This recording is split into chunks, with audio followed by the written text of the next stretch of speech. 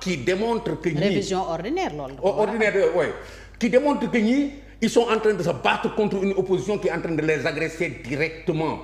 Et c'est ça la réalité. L'opposition existe au Sénégal et elle va mieux exister parce qu'on applaudit avec ceux-là qui n'étaient pas encore sur le terrain avec nous et qui viennent de rejoindre le terrain, et d'autres jeunes encore, d'autres messieurs encore, qui n'étaient même pas politiciens et qui ont senti que l'heure a sonné. Vous en savez quelque chose, de descendre sur le terrain et de défendre les couleurs du pays. On peut en citer plusieurs avec lesquels je suis en contact ou que je vois s'agiter. Ñu ngi ñëw Sénégalais yi ñu ngi ñëw jóge sax ci toogu bi dellu si ñëw fekk espace politique bi ñu dugg ci biir, des intellectuels de toutes les catégories, des élèves, des enfants, des jeunes.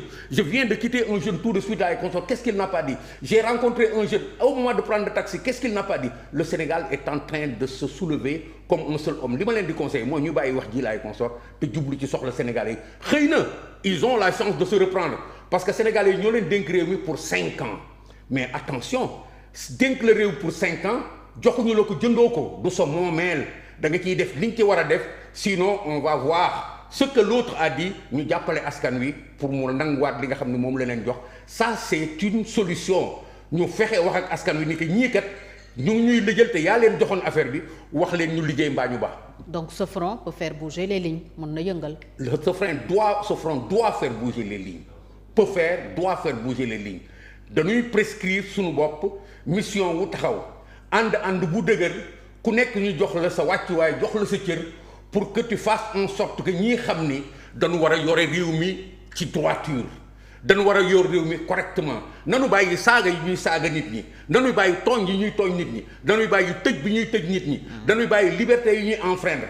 Nanu yore réew mi normalement tey wax dëgg, parce que li ñu gën a gêné ci Sénégal mooy li nga xam ni moo fi nekk ci lu ñu xamatul lan la, ci ay déclarations yu catastrophiques. Le pays est en ruine, les chiffres ont été maquillés ba ñu toll ba les organes de l'État yi nga xam ni ñooy yore loolu mënatuñ sax def seen liggéey normalement.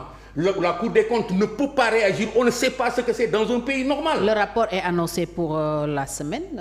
Oui, mais si le rapport est annoncé, qu'est-ce qu'on n'a pas fait? Da ngay delluwaat ci déclaration de politique générale. Il nous a fallu 9 mois pour avoir une déclaration de politique générale dans un pays qui fonctionne normalement.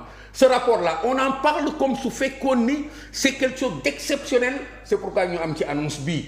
Parce que dañ ko plongé ci benn contexte bi nga xam ne dafa am ay déclaration yu ko fi jiitu yi nga xam ni le monde entier, waxuma le Sénégal, le monde entier a une attention particulière sur les chiffres au Sénégal. Oui, parce que les notes du Sénégal d'ailleurs. Pourquoi le monde n'a pas une attention sur les chiffres en Côte d'Ivoire, au Gabon, au Mali, au Zimbabwe? Mais le monde a une attention particulière parce que le Premier ministre a dit le pays est en ruine. Les chiffres ont été falsifiés. Les chiffres ont été falsifiés. Et aujourd'hui, l'ANSD nous sort un tableau sur lequel on se rend compte de ce que bu ñu moytuwul kat chiffres yi kenn falsifié ko. Je dis bu ñu moytuwul, je prends des pincettes pourquoi parce que démarche bi noonu. Bon, def nañu benn précision. On reste donc gis naa précision bi mais na nga xool tuuti au rapport de la Cour des comptes. Couloir la bu ñu ubbil Cour des comptes pour que moom mu ñëw jël waxam parce que waruñu jël place seen place. jël place su Cour des comptes. C'est ça. ñoom li ñuy def dañ koy def ba noppi bu leen kenn dugal ci nii yéen a wax à la place de la Cour des comptes. Man loolu rek laa ci comprendre. Mais li ñu wax dafa clair ba tubaab yi di ko reprendre. L'Occident a une attention particulière sur ça. J'ai trouvé des commentaires ailleurs et ailleurs sur cette problématique. Pourquoi? Parce qu'avant ça, il y a eu les comptes, les chiffres ont été falsifiés. Sorti d'où? De la bouche du Premier ministre.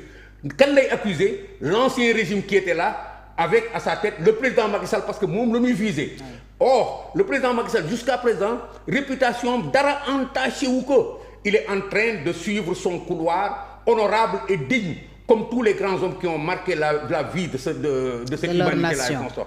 Et loolu daf leen di gêner ñoom et dafay gêner ñeneen ñi nga xam ni vraiment dañu bëggoon ñi yore réew mi nekk ci yeneen lieu. Mais ils ont créé une psychose de sabotage bi nga xam ni véritablement ñun au lieu que ñuy régler suñu ay soxla régler soxla askan wi wax ci mbéy mi encore une fois. Wax ci coono nit ñi encore une fois, wax ci ndox mi encore une fois, wax ci lii nga xam ni moom moo fi nekk avec la cherté de la vie et les choses qui vont aller se compliquant, on nous promet des choses yi nga xam ne xamuñu lan la ba noppi on nous vend le fait que ñi fi nekkoon li ñu doon def baaxul ba nu indi ay chiffres falsifiés. Aujourd'hui, l'ANSD a produit des chiffres et ces chiffres-là on en tient bien compte.